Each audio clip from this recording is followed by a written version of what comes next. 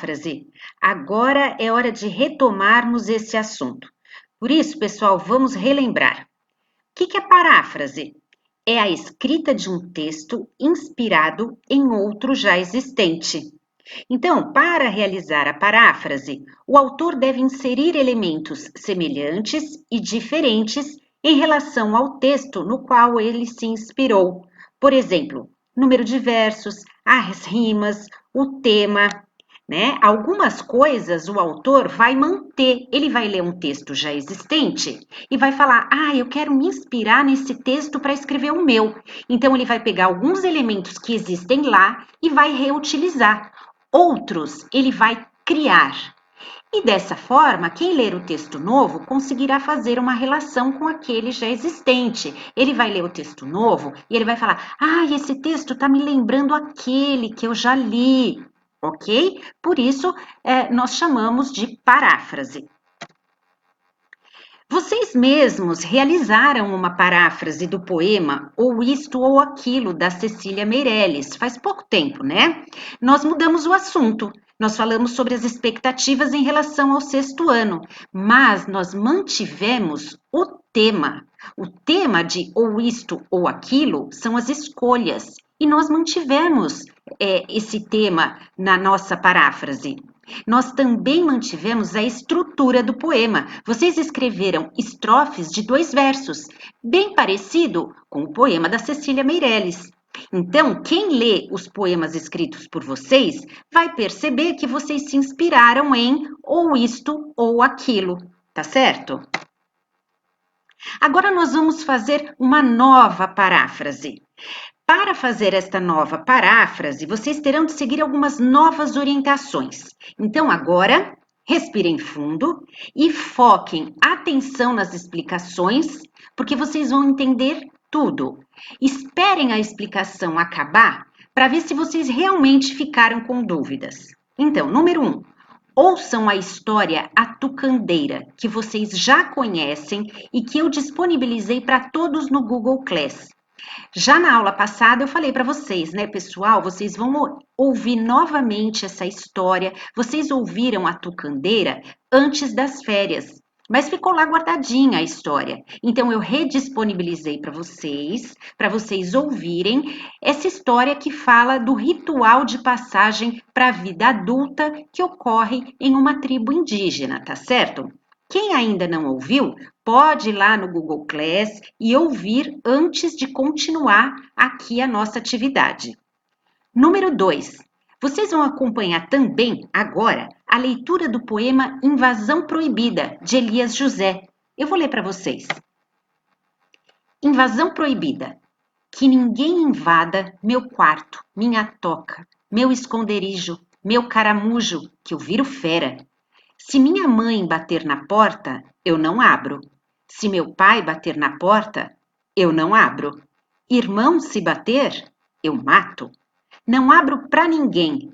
Ou melhor, pensando bem, se ele batesse, quase abri a porta só do susto de pensar. Bom, o que vocês vão fazer a partir de agora? Primeira parte da nossa paráfrase. Ela vai ter o mesmo tema da história A Tucandeira, que é a passagem para a vida adulta. O tema é igual. Então, primeiramente, vocês vão fazer de conta que vocês são um índio adolescente passando por aquele ritual. E vocês deverão escrever um poema, tá certo? Esse poema vai ter que ser em primeira pessoa, ou seja, falando de vocês mesmos, né? Eu, a primeira pessoa é eu. Número 2, vocês vão apresentar um eu lírico masculino. Mesmo as meninas, quando forem escrever esse poema, vão fazer de conta que elas são um índio menino. Então, vão apresentar um eu lírico masculino. Terceiro, com o objetivo de informar ao leitor como ocorre o ritual de passagem para a vida adulta em uma tribo indígena. Então, o objetivo desse poema novo de vocês, inspirado em A Tucandeira, é falar para o leitor como é que ocorre o ritual de passagem para a vida adulta numa tribo indígena, tá certo? Aí vem a segunda parte. Vejam, o poema de vocês vai ser baseado nesse do Elias José, Invasão Proibida. E ele deverá seguir a mesma estrutura utilizada por Elias José. Vai ter estrofes e versos.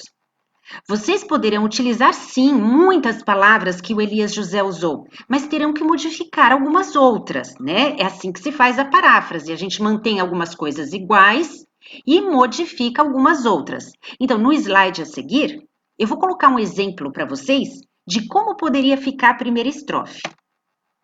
Olha lá. Que ninguém duvide da minha vontade, da minha coragem, da minha confiança, que eu estouro de raiva. Perceberam? Eu coloquei no lugar do índio que vai passar pelo ritual, né? Eu me coloquei no lugar dele, mudei algumas palavras, mas mantive a estrutura dos versos, sem me esquecer que eu estou falando do ritual tucandeira, tá certo? Vou voltar aqui o slide para vocês verem a primeira estrofe de Invasão Proibida. Olha lá.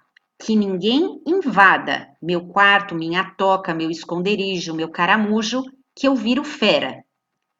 E a primeira estrofe que eu fiz, veja só, que ninguém duvide da minha vontade, da minha coragem, da minha confiança, que eu estouro de raiva. Olha o exemplo 2. Agora, com as outras estrofes, a segunda, a terceira e a quarta. Ó. Se minha mãe não deixar, peço ao meu pai. Se meu pai não deixar, peço ao pajé. Mas eles também já não passaram por isso? Então, se vocês se lembram da história tucandeira, os meninos, eles enfrentaram a situação de ter que o pai e a mãe deixar eles participarem, tá certo? Do ritual. Então, pensando na história, eu criei essa narrativa, que na verdade está em forma de poema. E olhem lá, novamente, no poema do Elias José. Ó, se minha mãe bater na porta, eu não abro. Se meu pai bater na porta, eu não abro. Irmão, se bater, eu mato. Então, eu deixei algumas coisas parecidas. Eu coloquei ali se. Quer ver? Olha lá. Se minha mãe não deixar, peço ao meu pai. Se meu pai não deixar, peço ao pajé. Mas eles também já não passaram por isso? Então, algumas coisas parecidas, outras diferentes. Exemplo 3. Acompanhe novos exemplos, agora referentes às duas últimas estrofes. O ritual de passagem precisa acontecer. Pensando bem, se eu esperasse mais um ano, não vou desistir, mesmo sofrendo, vou prosseguir. As duas últimas estrofes do Elias José estavam assim, ó.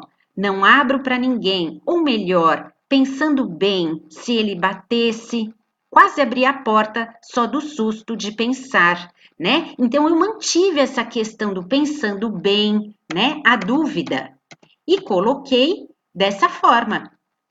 O ritual de passagem precisa acontecer. Pensando bem, se eu esperasse mais um ano, não vou desistir. Mesmo sofrendo, vou prosseguir. Ok? Portanto, para facilitar a escrita, primeiro, pessoal, ponham-se no lugar do índio e imagine o que ele estaria passando, né, o que estaria passando pela cabeça dele diante do desafio de enfrentar o ritual de passagem. Depois, procure respeitar ao máximo o número de estrofes e versos verificados em Invasão Proibida. Mas se for necessário, vocês podem fazer algumas adaptações. Então lá, a estrofe do Elias José tem, vamos supor, 6 versos, mas vocês conseguiram fazer 5. Tá bom, é uma adaptação, não precisa ser idêntico, tem que ser parecido. E eu queria chamar a atenção para uma coisa. Para as figuras de linguagem, nós vamos exercitar todo o nosso conhecimento fazendo uso dessas figuras de linguagem. A hipérbole, que é o exagero, a antítese, que é a oposição de palavras, e a comparação. Eu gostaria que vocês colocassem no poema de vocês pelo menos uma dessas figuras de linguagem. Então vejam só quais que eu coloquei. Olha lá no exemplo 1. Que ninguém duvide da minha vontade, da minha coragem, da minha confiança, que eu estouro de raiva. Vocês conseguem identificar uma figura de linguagem aqui? Olha lá no último verso. Será que não é um exagero? Eu estouro de raiva? Temos uma hipérbole aqui, ok? E aqui, olha, pessoal, o ritual de passagem precisa acontecer. Pensando bem, se eu esperasse mais um ano, não vou desistir. Mesmo sofrendo, vou prosseguir.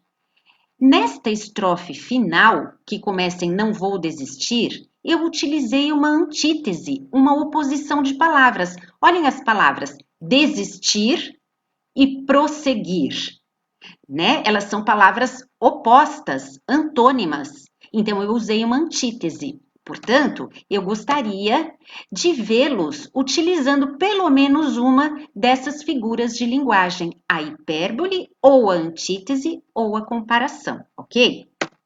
E para terminar, vocês vão pegar o seu SLM, tá? Localizar essa atividade aqui, ó, aula 16, material 1. Lá vocês vão encontrar uma ficha de revisão e edição textuais.